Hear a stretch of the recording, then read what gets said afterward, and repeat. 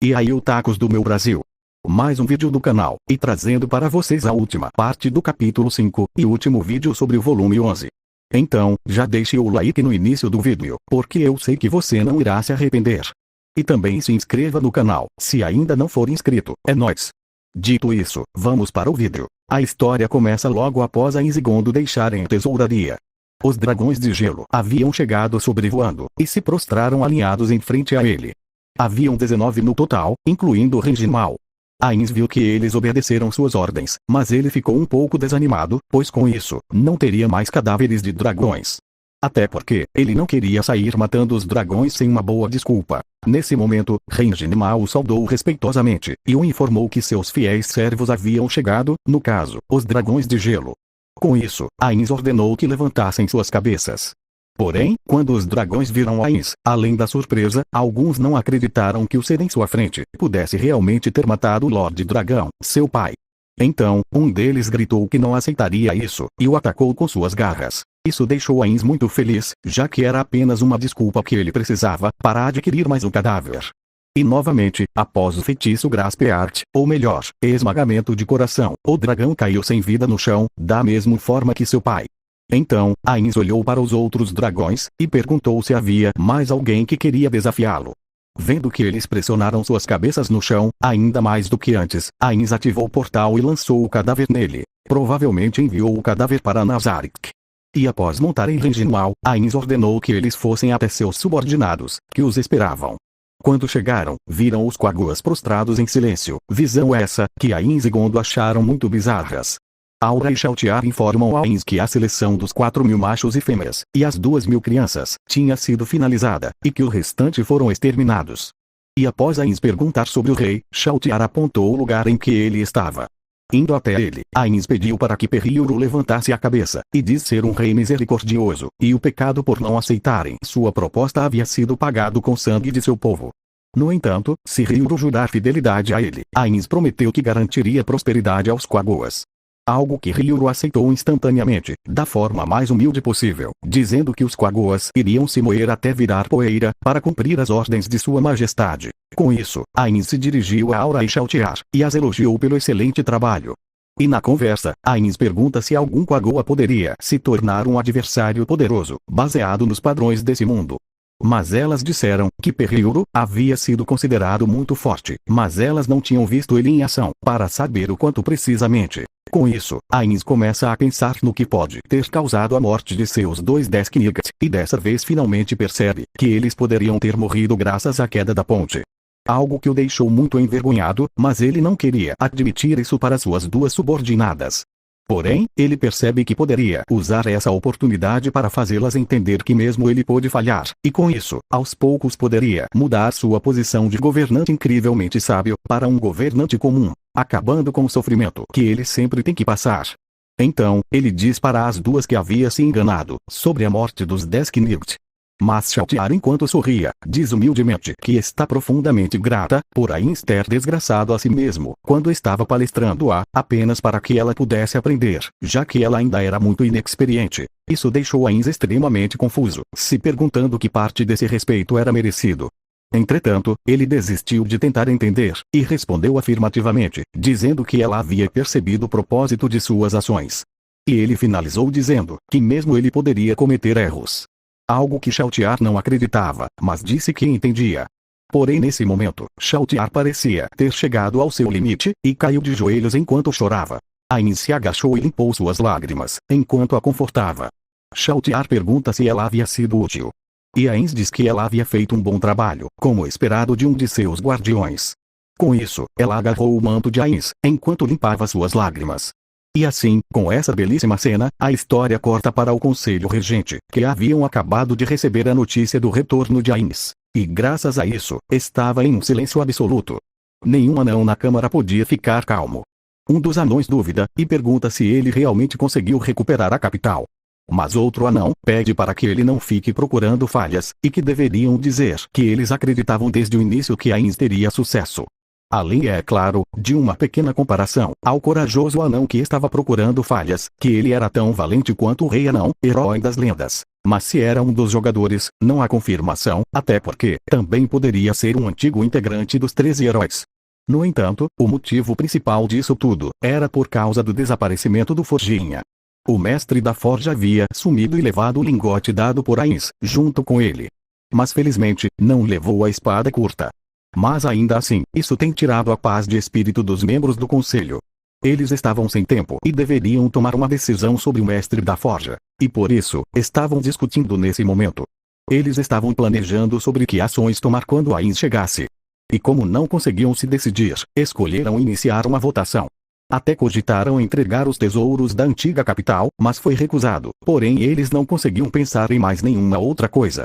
A única coisa que conseguiram decidir foi pedir que Ainz entre na câmara sozinho dessa vez. Com isso a história corta, e volta com Ainz já na reunião com o conselho regente. Ainz percebeu instantaneamente que um anão não estava presente. E nesse momento, os anões se desculparam sobre o mestre da forja ter roubado o lingote de sua majestade e fugido do reino. E mesmo tendo procurado, não conseguiram encontrá-lo. Ainz pergunta o motivo do Forjinha ter feito isso, mas os anões não tinham ideia. Eu acho que ele ficou tão frustrado, que só vai voltar quando conseguir moldar o lingote. Mas continuando. Por um momento, Ainz até pensa que poderia ser o movimento de algum jogador oculto, mas descarta esse pensamento, já que o lingote não era valioso o suficiente, nem para que os jogadores de baixo nível deixassem suas posições e revelassem sua existência. Com isso, Ainz pergunta o que será da armadura que ele havia solicitado. Os anões se desculpam novamente, e informa que irão compensar usando 3 cotas de malhas de adamantium, e irão encantá-la da melhor forma possível. Além de um escudo de oricaltium, se Ainz assim desejar. Então, nos pensamentos de Ainz, descobrimos que aquele lingote não era raro, mesmo não tendo no reino anão, havia muitas outras regiões que era possível escavá-los. Então, não seria de modo algum uma perda trocá-lo por armaduras. Mas é claro que Ainz não iria demonstrar aos anões, enquanto respondia com sua voz imponente, que se não pudesse ter seu pedido inicial, não haveria outra escolha.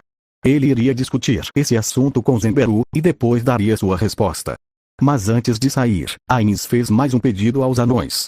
Para que eles fizessem uma cerimônia, onde fosse avisado a todos, que os ferreiros rúnicos iriam trabalhar em sua nação, algo que os anões aceitaram sem nenhuma objeção.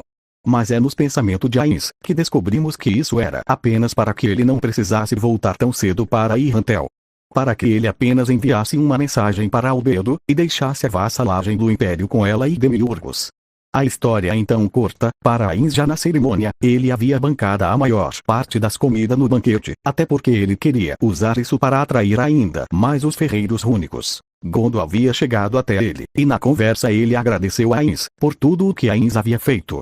Além de conversarem sobre como a perspectiva dos anões ferreiros rúnicos tinham mudado.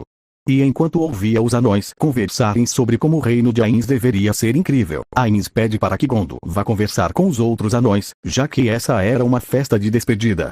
Com isso, Ainz foi até uma das salas de recepção dos hóspedes, e se encontrou com Demiurgos. Ainz elogiou o bom trabalho de Demiurgos, baseado no que ele leu nos relatórios. Mas mesmo estando grato pelos elogios, Demiurgos responde que não poderia se igualar aos feitos de Ainz.